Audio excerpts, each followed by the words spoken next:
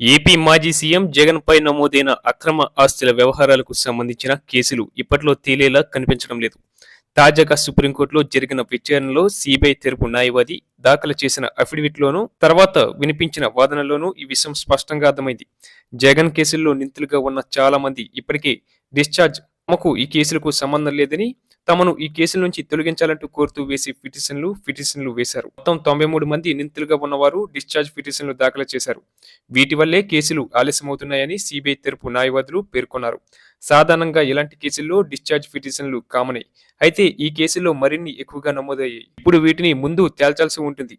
ఈ విషయాన్ని సీబీఐ తెలిపింది. డిశ్చార్జ్ పిటిషన్లు దాఖలయ్యాయని, ఇంకా వేస్తూనే ఉన్నారని పేర్కొంది. ఈ పిటిషన్లపై విచారణ ముందుకు సాగి నిందితుల ప్రమేయం లేదని తేల్చేందుకు సమయం పడుతుందని సీబీఐ తన అఫిడవిట్లో పేర్కొంది. దీన్నే సుప్రీంకోర్టు మాకు ఆశ్చర్యం కలిగిస్తుంది అని వ్యాఖ్యానించింది. ఇక్కడ సుప్రీంకోర్టు ఉద్దేశం డిశ్చార్జ్ పిటిషన్లపై కాదు, అసలు విచారణ మందగిస్తున్న విధానంపైనే.